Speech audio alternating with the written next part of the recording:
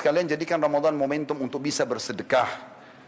Sedekah adalah pangkal kaya. Kapitalis mengatakan bahwasanya menabung pangkal kaya. Saya ingin mengajak teman-teman, mulai sekarang jangan belikan celengan lagi anak kita.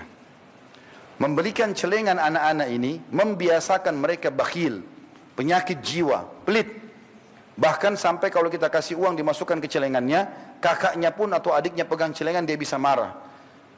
Kapitalis mengatakan menabung pangkal kaya, Islam mengatakan sedekah pangkal kaya. Kira-kira ketemu nggak? Yang satu bilang simpan, yang satu bilang memberi, nggak akan ketemu. Kasih uang sekolah kepada anak-anak, bilang, nak kalau kau makan, kasih temanmu juga. Kalau lihat orang miskin, berikan sedekah. Latih mereka untuk itu. Dan dikatakan dalam hadis Bukhari Muslim, Nabi SAW sangat dermawan dan lebih dermawan lagi di bulan Ramadan. Jadikan momen ini tepat sekali. Dan sedekah teman-teman pangkal kaya. Nggak usah cari resep yang lain.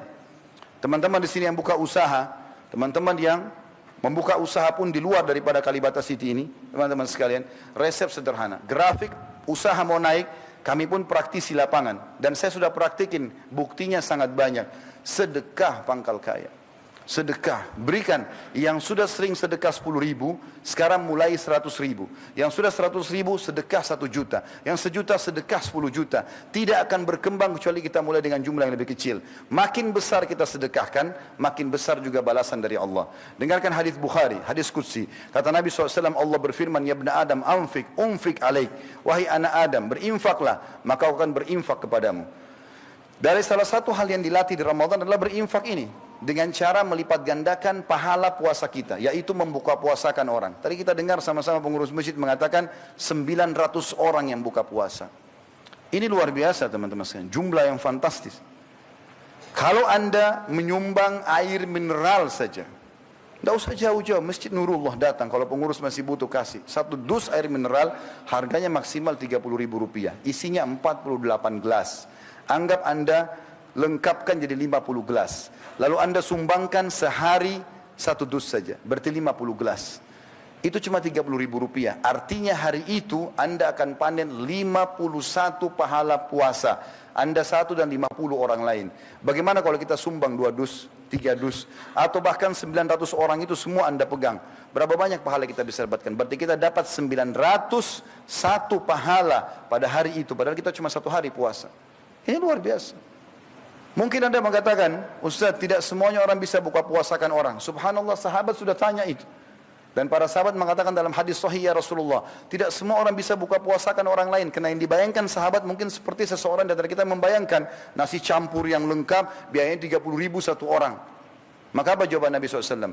Allah akan berikan pahala buka puasa ini, walaupun dia hanya memberikan susu yang dicampur dengan air. Kalau susu kita campur air, teman-teman, tinggal warna, hilang rasanya. Tapi kalau tidak punya kecuali itu, dia dapat pahala orang yang dikasih buka puasa itu. Atau sebutir kurma, atau seteguk air. Bukan 1 gelas, seteguk air.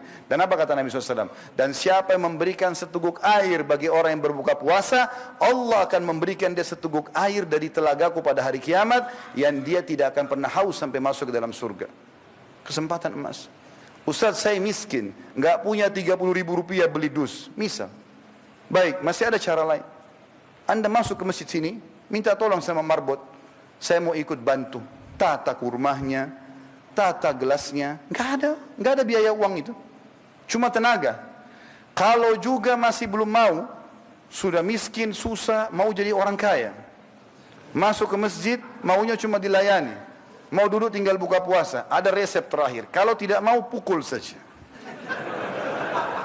Karena luar biasa, berarti dia tolak pahala yang luar biasa. Nggak ada modal uang, nggak ada modal energi. Kalau lagi duduk mau buka puasa, angkat gelas mineral di sebelah kita, kasih teman di sebelah. Ini ya, ambil puasa saya, ambil punya dia, saya ambil puasa kamu. Modalnya cuma begini. Pindahin air. Ini juga nggak mau, cambuk saja. Luar biasa bakhilnya. Untuk diri sendiri pun pelit. Ramadan melatih untuk itu.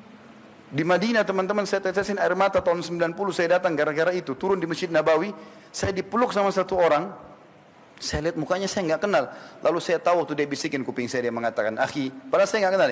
Tolong buka puasa di tempat saya. Setiap Ramadan di Madinah begitu. 1 bulan penuh. Ternyata kalau ayah sama anak, ayahnya lagi nata sufra, plastik diisi kurma sama zam-zam di dalam masjid, anaknya di luar cari mangsa. Jadi kita dipeluk sama dia. Kalau kita bilang iya, dipegang tangannya sampai tiba di tempat dia. Buka puasa sini ya, baru dia tunjuk, jangan buka puasa situ. Karena yang di depan itu ternyata mungkin ada tambahan. Kalau orang tergantung uangnya, ada orang sederhana dia cuma kurma sama zam-zam. Ada orang lebih kaya dia taruh yogurt, taruh roti, taruh kurma, taruh pisang, macam-macam. Jadi orang bisa tergoda pindah. Lalu dia bilang apa? Sudah tahu tempat kami, besok kesini lagi ya. Saking maunya buka puasa. Malu kita di Indonesia ini teman-teman. Pak RT sudah kasih jadwal. Bapak ini, ibu ini. 1 bulan kadang-kadang cuma dapat 1 kali giliran. Nyumbang untuk masjid. Tiba gilirannya masih bertanya. Oh sudah tiba giliran saya ya. Seakan-akan aneh kenapa tiba gilirannya buka puasain orang. La haula wala quwata illa billah. Semestinya tidak usah tunggu, segera ini. Teman-teman yang punya mobil, punya motor, yang kerja di luar, bawa air mineral di motor dan mobil. Bungkus kurma kecil-kecil, bagi. Sering kali saya pulang pengajian sore Ramadan, macet. Orang nggak punya makanan buka puasa. Bagi-bagi 10 orang aja. Mungkin dari 10 orang itu yang lewat di pinggir jalan, subhanallah. Di antara mereka ada 1 ahli Al-Quran, ahli ibadah. Antum panen pahalanya sehari itu. Mungkin teman-teman itu ibadah terakhir kita. Allahu a'lam. Berbuat ibadah. Saat ibadah datang kesempatannya, tugas kita eksekusi. Bukan negosiasi. Azan, eksekusi langsung. Sholat. Syaitan bisikin. Negosiasi syaitan tuh. Tidak usah di sini, masjid sana saja, waktu masih panjang. Kadang-kadang kita akhirnya kita ke sana masbuk 1 rakaat. Orang miskin minta, kita eksekusi, kasih langsung. Syaitan bisikin, itu orang mampu, anak pinjaman, kakinya palsu. Dusta, semua syaitan ini, supaya kita tidak sedekah. Jangan negosiasi, eksekusi langsung. Jalankan kebaikan-kebaikan teman-teman. Dan Ramadan melatih kita untuk itu.